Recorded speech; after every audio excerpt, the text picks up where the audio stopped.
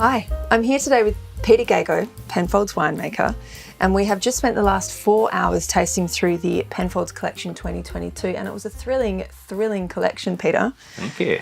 Thank you. Certainly was thought-provoking and teeth-staining. And teeth-staining, yeah, we've had lots of red wine. Sorry about the teeth. The thing I think it's really important to understand about the Penfolds collection when it's released is that they release over a number of different vintages. So the matrix of vintages on show each year changes. But this year, we had the benefit of looking at the 2021 whites, and 21 was a gorgeous, cool, even, long season in South Australia and produced wines of grace and elegance and poise. And Tasmania, where we'll look here as well. And then top-end Grange 2018. I mean, what a gorgeous... way to end. Gorgeous way to end. So I really want to dive into this first wine. This is a 2021 Yattarna. Tell us a little bit about Tasmania. Yes, well, Tasmania's come into, quite a pivotal role. A few years ago, people were thinking that Yattarna's become a Tasmanian Chardonnay, and it hasn't. But in some years, it will shine. You know, in a year like this, there's quite a pronounced amount from that island state. But we love what we see down there, but not to forget the Adelaide Hills, Southern Victoria and Tumbarumba as well. So we're not setting a template that must come from anywhere. It's just the best of what we can get in a given year. And that's really the story of Yattarna. We often joke it's not what you put into the blend, it's what you take out.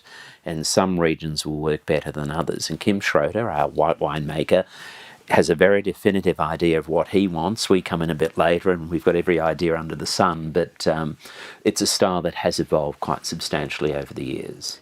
There's very little anything other than Tasmania and Adelaide Hills in this wine, is that correct? That's right, just those two regions for that current release. Yeah, it can be up to 4 states. You know, people have fainted by this stage usually. Like 4 vineyards? No. 4 viticultural regions? No. 4 states. Here. Yeah. And of course, nothing ever crushed. It's pressed in situ, chilled, and then barrel fermented back in the Barossa Valley. Okay. Yeah. The thing that I was really, really astounded by with this wine today is that it came in at 12.5%, which I suppose is very little surprise given the cool season that birthed it. But it has just coiled latent power. I mean, this is a very powerful, very restrained wine, and incredibly impressive for that. And I think it's a really good springboard into this next wine because you've probably never seen anything like this. I certainly haven't. And is this this is not the final label? Not the final label. That's, in effect, a lab label, but the wine was bottled. It's the real wine. It was bottled about 2.5, 3 months ago. Okay. So we're tasting the real thing here, if I can use that expression. You can. Yeah. So this is 5, as the label suggests, and it is 20% each of 5 different vintages. Indeed, yes. Yattarna. Going back to 2011, the 11, the 12, 14, 16, and the yet to be released 2021. It's wild. Okay, we know the G3, G4, G5 template, and it's really tempting to compare this wine to that. That's certainly what I did initially when Peter was explaining the concept to me. But it's very different to the G3, very G4, much so. 5 wines. The reds were put together as a blend and then matured in barrel thereafter. So even in G4, which went all the way back to 2002, 4, 8, and at that stage the 16 matured as a blend. This one, hugely risky, like oxidation, picking up colour or whatever, but you can see the colour of it. There's not much difference between that colour, if any, and the last Yattarna, the current release, which will come out in August. So hugely risky, and Y5 will, go beyond 5 and you start ending up, we used the term earlier, the Solera. Here we can see characters of the 11, characters of other vintages. But it's filling the mid-palate. It's almost not offering an immediacy, but we joked in the other room, what do we want with Chardonnay as it grows older? We just hope that it hangs in there. This is doing a lot more than that. So it's taking a lot of the guesswork out of it. And I don't think it's been done before with Chardonnay anywhere. This is... Certainly not with still wine. No. We're used to this concept, of course, in Champagne. With reserve wines. But I've never had it with a still table wine before. And a white table wine. And I think the thing to really remember is that it is punctuated by the acidity and the poise and the line of the 2021 Yattarna. That is the first impact, the acid and the life in the mouth. But it has a thundering baritone of rich fruit and power, and it lingers in your mouth an extraordinarily long time. I mean, this blew my socks off, actually. And when you told me what it was, I was like, oh no, this is stressful. Am I allowed to like this? Is this really, yeah, you know, like it is a little bit confronting in terms of, well, the concept. Though. But the proof's in the pudding, you know, and once something's in bottle, and this has been bottled, it is what it is, you know, and this will follow us for a long, long time. It'll become a bit of a bottled time capsule. It'll become lots of things, but there aren't too many bottles of it made for obvious reasons. How many, can you say? About 2,200 or thereabouts, and it will find good homes. It will be poured. We've just come back from a trip around Europe and into the United Kingdom that we've only poured the odd bottle, and the reaction has been amazing. So it's not about gimmickry. It's not about what do we do next. It's about a pursuit of something. Well, what happens as Chardonnay ages? How can we sort of have a little bit more input to the way Yattarna looks? Because this is essence of Yattarna. It's 110% Yattarna. Well, 100%. And yeah, it is what it is. And we're just so pleased with the way it's come out. I'm so pleased with the way it's come out. I think it's just exceptional. Yeah. So moving into your next pursuit, which is another thrilling project. Talk to us about this. This is Bordeaux. Yes, Bordeaux with a little bit of material, 29% in fact, of Shiraz from South Australia. So it truly is a wine of the world. We're looking at 59% Cabernet, 29% Shiraz, and a balanced 12% Merlot. So quite confrontational. The gentleman who we worked with, Frederick, the winemaker for Dourthe, he was a little bit trepidant. We had, of course, worked on something similar to it with the Californian Quantum and 149 projects. So to physically send wine across in pallet tanker to Australia, because it was illegal to bottle it in France. We had to bottle it. Just laws, regulations, you know, it must be from the region or whatever. Lots and lots of laws and regulations. And again, people we've shown it to as well. You know, it isn't sort of Bordeaux, it isn't Australian. What is it? Well, it's a wine of the world. It's Penfolds. It actually smells exactly like a Penfolds wine. There's American oak in there, surely. Yeah, and a little bit of French. Yeah, a bit of both. Yeah, so it has that on the nose. You can see that. And actually the South Australian component really stands up. It's actually in the mouth that it becomes apparent that this is not an Australian wine. And only wine. at 29%. We could have tweaked it more and put more in, but we didn't want it to sort of just shout Shiraz. We wanted it to be this lovely Cabernet Shiraz blend, with a bit of Merlot.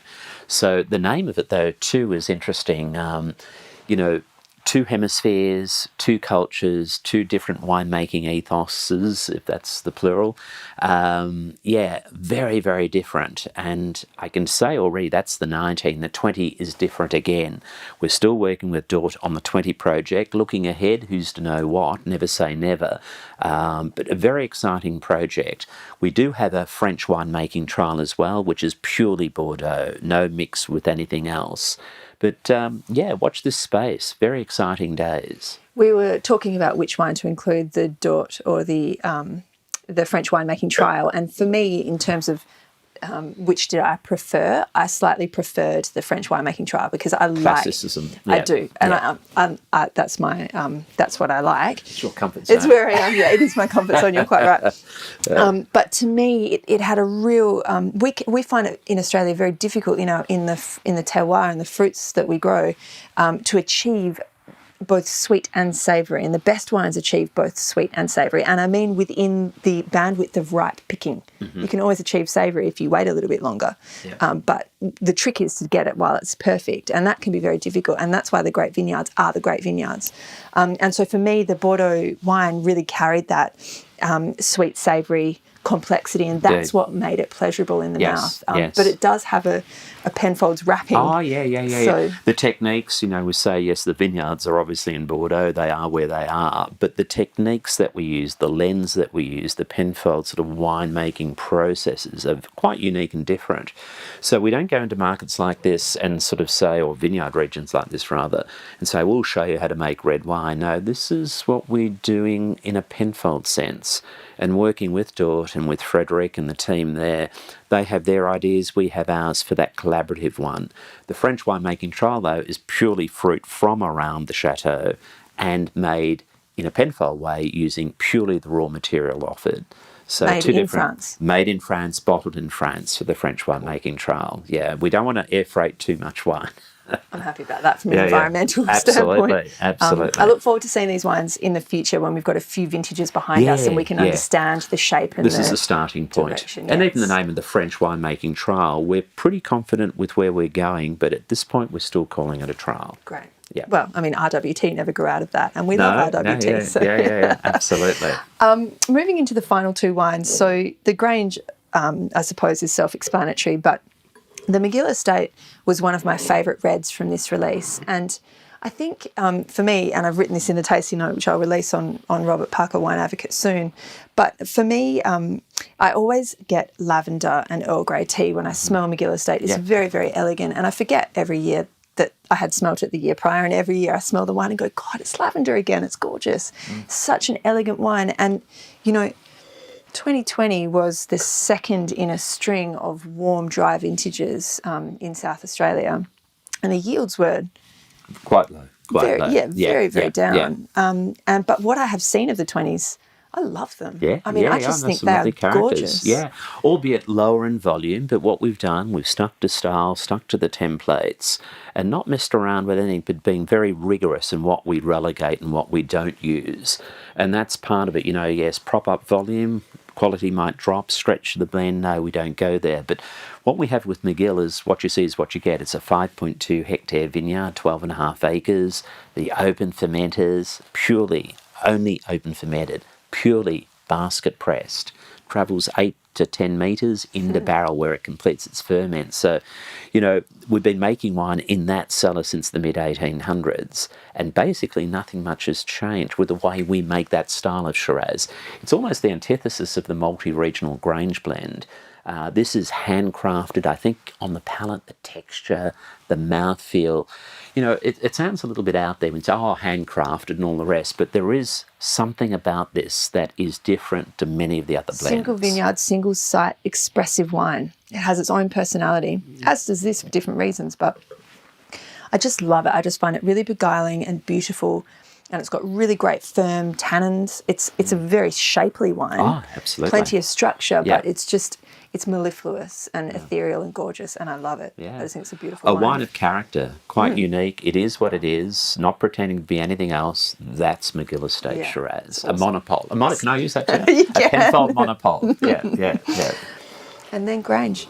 So I think the thing about Grange is that very early on release, these wines are so tannin. There's so much tannin in these wines that it can be impenetrable and difficult to unpick. But I actually think on release, the tannins are sort of irrelevant, and you should do your best to look past them, because the important part about Grange is how it ages, and you should always be thinking about that. You don't drink them within 10 years and then they last for 40 beyond. You know, it's wild to imagine. And so looking at them now as a 4-year-old wine is really at this inchoate, infant stage for these wines, but you get a sense of the personality that they're going to express later. And for me, this is an incredible iteration of an already great wine. It's supple, it's red fruits. Yeah, day one, it ticks just about every box. You know, it's not overwhelmingly anything. There are no rough edges, as we say. There's just something, well, you know, if we use terms like seductive, alluring, poise, polish, gloss, it's in that bottle. And there was something about the 18 vintage, you know, you don't see it too often. Maybe 18 in some parts, 2010, 1990. Now, you know, there's 3 vintages across the last 3 decades.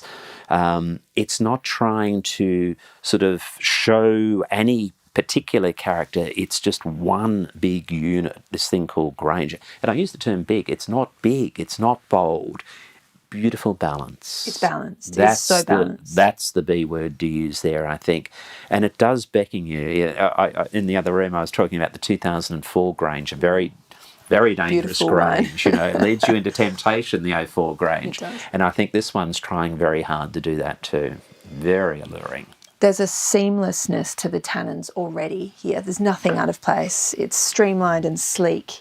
It's polished. I just think it's a really incredibly beautiful wine, and I look forward to looking at that in like 2028, because that's really when we should start looking at it. Absolutely. Like, there will be people who'll drink it upon release, and it is imminently drinkable now. But the pleasure, the secondary, the tertiary notes that will follow, and let's not forget, Rewards of Patience Edition 8, the 52 finally overtaking my favourite, the 53, and both of them will still command perfect scores. Not from a curio or rarity perspective, the wine in the glass. And then people later, well, what vintage is that? And you say, almost 70 years old. Yeah. Bottled back in those days when you literally had a hammer and you knocked in the cork, that sophisticated. So goodness knows how long this one will go for. But we'll hopefully be around to watch part of the journey, in my instance, or the journey in yours, perhaps. Yeah. I think finally something I'd like to touch on here, because we understand it's a multi-regional blend from South Australia. It is. So this, give me the percentages again. It's 3% Cabernet in that, 97% Shiraz, but as is always the case, 100% new oak. And we commented in there too, like oak, what oak? Every barrel's new. It's spicy, but it's not not overt. And so this is 69% Barossa. Barossa, the balance out of McLaren, Vale and Clare. Yeah. And I think structurally you can really see each of those regions coming through in the glass, because the Barossa, for me, brings like the red dirt and the blood and the rust and the kind of earthiness, and McLaren Vale brings the kind of dark brooding fruits and the side of meat. I think it's a little bit meaty in McLaren Vale, the best vineyards. And then Clare Valley, of course, is the polish and the velvet and the opulence. And so I think those three areas combined bring together under the umbrella of this beautiful year. Yep, it's worked beautifully. No Magill in that. Quite often you'll get a little bit of Magill estate, albeit 2-3%, a little bit of lavender. Not in 2018. Didn't quite make it in 2018. It's been a very impressive and very enjoyable tasting, Peter. Well, not a short one, 4 hours. Not a short one. We tried to just do it in 2, but there was a lot of talk. It was good fun. Yeah, we'll have to do it again. Cheers. Cheers. Thank you.